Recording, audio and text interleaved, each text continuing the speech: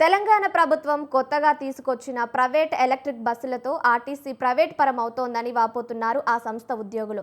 RTC డిపోలను private కంపెనీలకు అప్పజెప్తూ ఉద్యోగులకు అన్యాయం చేస్తున్నారని ఆర్టీసీ జేఏసీ చెబుతోంది. ప్రభుత్వ తీరును వ్యతిరేకిస్తూ ఇవాళ అర్ధనగ్న ప్రదర్శనలకు టీజీఆర్టీసీ జేఏసీ పిలుపునిచ్చింది. ఎలక్ట్రిక్ బస్సుల ముందు జేఏసీ నిరసన తెలుపనుంది.